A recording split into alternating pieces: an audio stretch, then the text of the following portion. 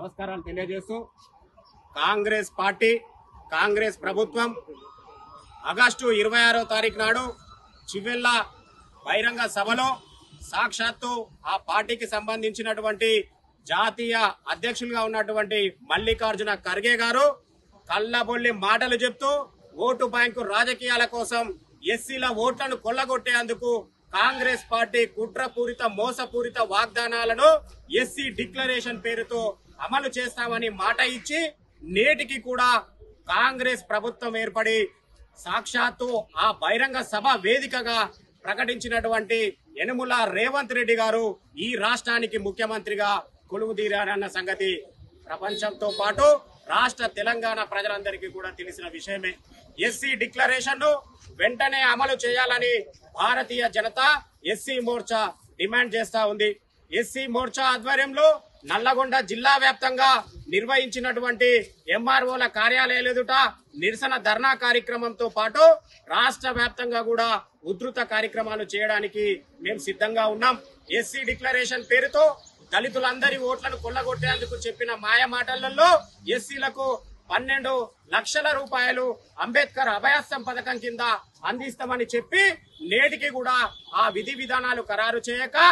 రాష్ట్ర బడ్జెట్ లో కూడా దాని వాటా ఎంతో తెలియజేయకపోవడం ఎస్సీల పట్ల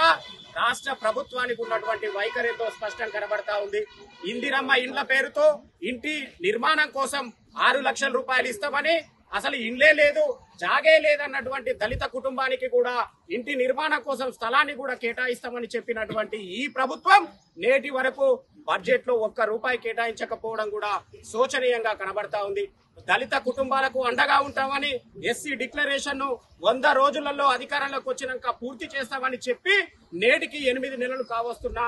ఒక్క దాని మీద సమీక్షలు గాని సమావేశాలు గాని విధి విధానాలు గాని ఏ విధంగా రూపొందించకపోవడం దళితుల పట్ల ఈ కాంగ్రెస్ ప్రభుత్వ నిర్లక్ష్య వైఖరి స్పష్టంగా కనబడతా ఉంది. కాబట్టి రాష్ట్ర అధ్యక్షులు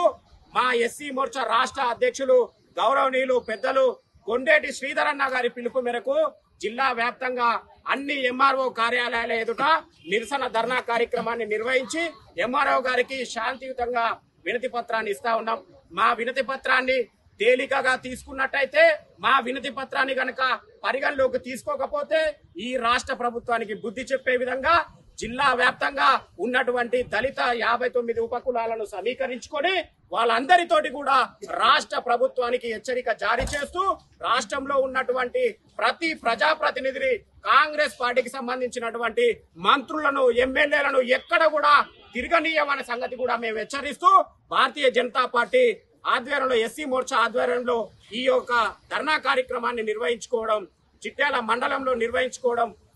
జరుగుతుందని ఇక్కడ ఇచ్చేసినటువంటి ధర్నా కార్యక్రమానికి ఇచ్చేసిన పెద్దలందరికీ కూడా నాకు ఈ అవకాశం ఇచ్చినటువంటి మండల శాఖ పట్టణ శాఖ కూడా ధన్యవాదాలు తెలియజేస్తా ఉన్నా.